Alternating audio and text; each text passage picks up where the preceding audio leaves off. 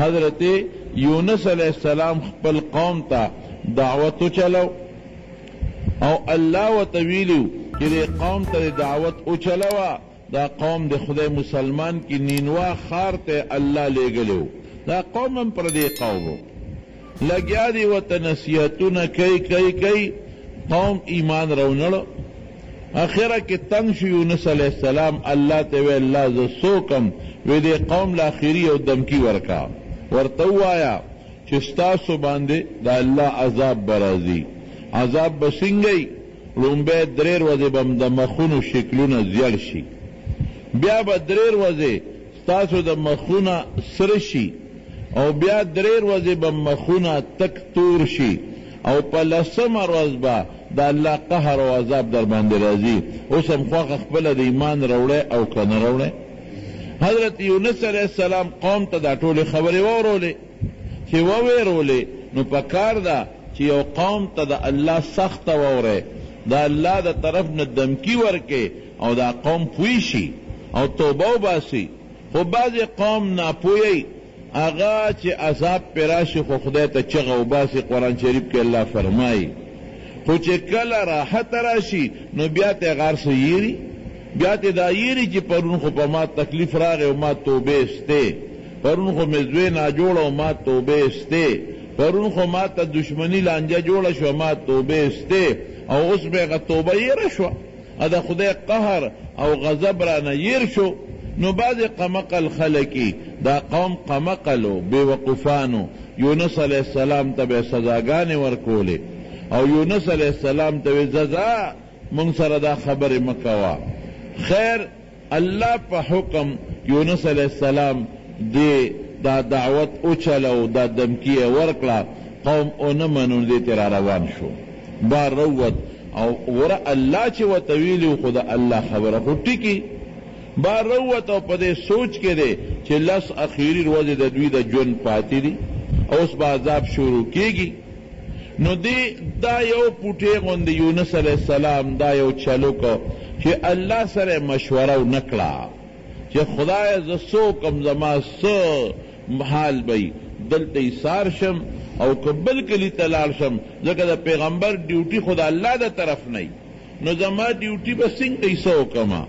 الله سره دا مشوره ونکړه او دې د کلی نه لږ بار روته چې روت یو شپون کېو ګړه چیلی را په مخه کړی وې د نینوا نه را روانو یونس علیہ السلام ته تپوس وکړو وی د نینوا د خلقو څه حالت دی وی ټیک ټاک اسم نشته وی ته د هغه کلي نه رالی وی هم هغه کلي نه رالم وی خلکو باندې څه تکلیف عذاب خو نشته وی نه خلق خو خوشحاله دی او ښه عیش و عشرت کې دي او ښه برابر دي بس چې دی واورېدل نو زړه کې لږ غوندې مایوسه ګیلمن شو چې خدایا تا خو ما ته ویلي چې لس ورځې پس به عذاب راځي لس نه پنځه لس شل تېرې شوې هغې باندې خو عذاب رانغی منځ کې څه چلو شو منځ کې چې په هغوی د عذاب اثرات رالل په لومبو درې ورځو کې رنګونه چې کله زیړ شو بس دوی پوه شو چې مونږ ته یونس علیہ السلام ټیک ویلی دي علی شابه یونس علیہ السلام پسې ګرځې خو دې خو نو بیا پکې یو کس دا خبره وکړه چېرې ما د یونس علیہ السلام پیغمبر نه یو خبره اورېدلې وه چې الله کلم په چا عذاب راولیږي او دا خلق الله ته بخنه غواړي او توبه استغفار وکړي الله معاف کوي اله راځئ چې خدای ته جړا شروع کړو که یونس نشته نو خدای خو شته که نه الله شته بس خلکو دا چلو کو چې ټول د کلي نه بار ووتل او یو چغې الله ته جوړې کړې داسې چغې جوړې کړې چې دوی څاروو نه بچي جدا کړل نو څاروو بچو پسې چغې والې او بچو په هغه خپلو میندو پسې چغې والې او د ښځو نه خپل بچي جدا کړل نو ښځو خپلو بچو پسې چغې جوړو کړې او بچو میندو پسې چغې جوړو کړې او دوی خپله الله ته چغې جوړو کړې او شور شغرب او یو چغې او کوکې شوې په دا کلي کې په لومبۍ درې ورځې خو رنګونه زیړو ورپسې درې ورځې کې رنګونه سره شو ورپسې درې ورځې کې رنګونه تور شو او د الله عذاب د وریځې په شکل کې را روان دی اوس خو چې دوی چغې جوړې کړې نو رب العالمین قرآن شریف کې فرمایي دا یو خصوصیت شو چې په کم قوم عذاب راغلی دی ابې ته بیا لر کړی نه دی الا قوم یونس مگر صرف د یونس علیه السلام قومو چې راغلی عذاب مې ته لرې کو وی وجړل توبهګار شو او د یونس علیه السلام دین قبول کو او خدای پاک ته هغه عذاب لر کو خو یونس علیه السلام ته خو پته نشته کن علم غیب خو یو د الله خاصیت دی یو خدای ته پته لګي انسان ته خو پته نه لګي دی روان شو چې وویرېدل ششپونکي نه چې قوم د ټیک ټاک دی د دې قوم یو رواج ورونو رواج یې دا چې کله به دروغ د دوی مخکې چا اوی وجبې بس اوس که دې قوم له زه ورځم وی به چې مونږ ته دروغ ویلو عذاب خو رانغی مړ مې نه کي منځ کې خو قوم پې مسلمان دی او قوم خو ورپسې ګرځي منډې ترړې وی دی خبر نه دی غریب نو دی کشتی ته وخت دغه علاقې نو سفر کوي هغه سمندر دریاب دی غټه کشتی ده کشتی چې دی منځ ته ورسېدله نو کشتی باندې سیلاب راغی او طوفان راغی غرقېدو باندې شوه هغه زمانه کې به دا رواج و چې کم رایې به د خپل مالک نه وتښتېده نو کشتی ته چې به وخت نو کشتی به غرقېده نو خلکو به هغه مرایې معلوم که هغه به دریاب ته وغورځو نو کشتی به روانه شوه نو چې کشتی ګرداب ګیره کړه او خلک پکې په شلګونو سوونو ناستې غرقېږي نو د کشتی مانګي چغه کړې وی شابه کم رایې د خپل مولا نه تښتېدلی دی الی شابه هغه مرایې ځان وښایې چې هغه ور وغورځو چې باقي کشتی غرقېدو نه بچ شي چې دی اوې نو حضرت یونس علیه السلام پاسېده او پوه شو چې دا خو زه د الله د حکم انتظار مې نه دی کړی او کشتی ته ختلی یم امرایې خو زیمه بس پاسېد وی زه هغه امرایې زه د مالک د حکم نه بغیر راغلی ما ور وغورځوې خلکو چې وکتل نه ته خو ډېر نیک سړی ستا مخ خو رڼاګانې کوي ته نه بل څوک دی